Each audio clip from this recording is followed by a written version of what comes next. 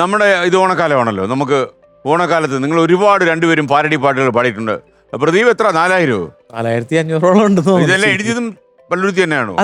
അല്ലല്ല ഞങ്ങൾ ട്രൂപ്പായിട്ട്. അപ്പൊ സാജനോ? ഞങ്ങള് മാത്രമായിട്ട് ഒരു കാസറ്റ് ഉണ്ടായിരുന്നു.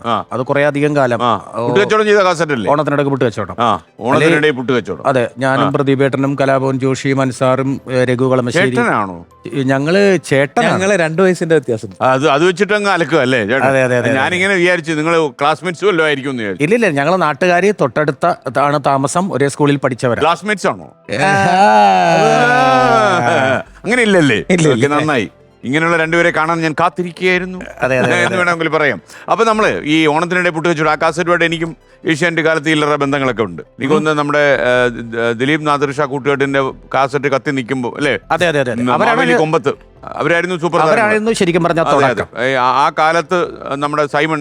പിന്നെ അതല്ല, ആ സൈഡിൽ എല്ലാവരും ഭയങ്കര സ്റ്റാർസ് ആയിരുന്നു. എന്നിട്ട് പോലും സൈമണിന്റെ കാസറ്റും നന്നായിട്ട് പോയിരുന്നു അല്ലേ? അല്ലെ, ഞങ്ങള് കുറച്ചുപേരും മാത്രം സിനിമയിൽ അങ്ങനെ മുഖം കാണിച്ചിട്ടില്ല, സിനിമയിൽ അഭിനയിച്ചിട്ടില്ല.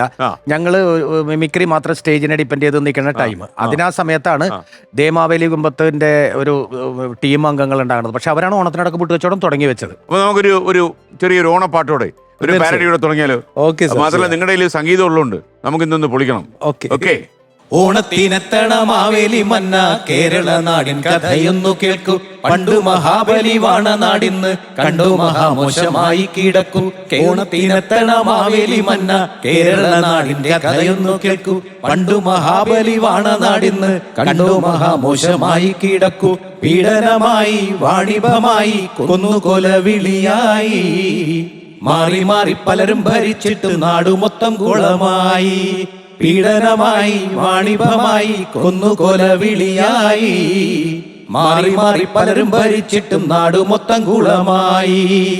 പണ്ട് നാട് ഭരിച്ചൊരു മന്നനല്ലേ, വീണ്ടും വന്നു നാട് ഭരിച്ചിട്ട് ഞങ്ങളെ രക്ഷിക്കില്ലേ.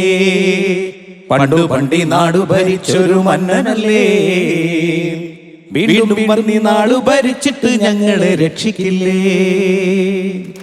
Okay, thank you. മൈക്ക് കൊണ്ട് വെച്ചോളൂ. ഇത് അന്നൊക്കെ കുറച്ച് ചൂടപ്പം പോലെ പോയി കാണും.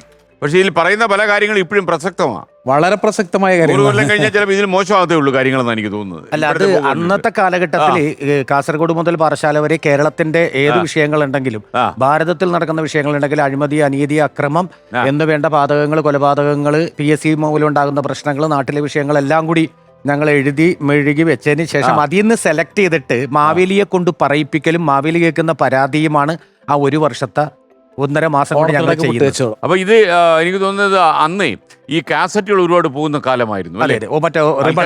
ആൾക്കാർ കേൾക്കാൻ വേണ്ടിയായിരുന്നോ പാടി പഠിക്കാൻ വേണ്ടിയായിരുന്നു ഇത് കൂടുതലും വാങ്ങിച്ചിരുന്നതെന്ന്? കേട്ട് രസിക്കുക എന്നുള്ള ഉദ്ദേശം ഉണ്ടായിരുന്നല്ലോ. പലരും പക്ഷെ പാടി പഠിച്ചവരൊക്കെ ഉണ്ട് കേട്ടോ സാറേ. കാരണം എന്നെ പലരും ഇപ്പോഴും വിളിക്കാറുണ്ട്. പലരും ചേട്ടൻ പണ്ട് പാടിയിട്ടുള്ള പാരഡികളൊക്കെ ഞങ്ങളുടെ ഭയങ്കരമായിട്ട് ഹൃദയത്തിൽ സൂക്ഷിച്ചു വെച്ചിട്ടുണ്ടെന്നൊക്കെ പറഞ്ഞിട്ട് ഇത് ഈ കാസറ്റില്ലേ ഇന്ന് വരെയും വേണ്ടി 20 ഓളിയം, ഞാൻ 23 ഓളിയം വരെയും ആദ്യത്തെ ഒരു 5 എണ്ണം ഒഴിച്ചാൽ അതുവരെയും പ്രതിഭേട്ടനൊക്കെ ആയിരുന്നു. 3 എണ്ണം ദിലീപ്, അതായത് 1, 2, 3 മറ്റേ ദിലീപ് ടീം, നാദിർഷ ടീമായിരുന്നു. അതിനുശേഷം 4-മത്തെ മുതൽ ഞാൻ ജോയിൻ ചെയ്യുന്നു. ഞാൻ ജോയിൻ ചെയ്തിട്ട് 6-മത്തെ തൊട്ട് സാജനം കൂടി അതിനകത്ത് ജോയിൻ ചെയ്യുന്നു. പിന്നെ അവിടുന്ന് ഏതാണ്ട് 15-ാം ഭാഗം വരെ 15-ാം ഭാഗം ആയപ്പോഴേക്കും ഞാൻ രാജമാണിക്യം പാടിക്കഴിഞ്ഞു. അപ്പൊ രാജമാണിക്യം പാടിക്കഴിഞ്ഞപ്പോ അലക്സേട്ടൻ പറഞ്ഞു താൻ ഇനി പാരഡിയായിട്ട് നടക്കാൻ പാടില്ല. അപ്പൊ അതുകൊണ്ട് പാരഡിയോട് ഇഷ്ടമുണ്ടായിരുന്നു. കാരണം പാരഡി എനിക്ക് ഒരുപാട് ഗുണം ഉണ്ടാക്കി തന്നു. അന്ന് പ്രദീപിനെ ഏറ്റവും ആളിൽ ശ്രദ്ധിച്ചതും ഈ പാരഡി വഴിയായിരുന്നു. അതെ.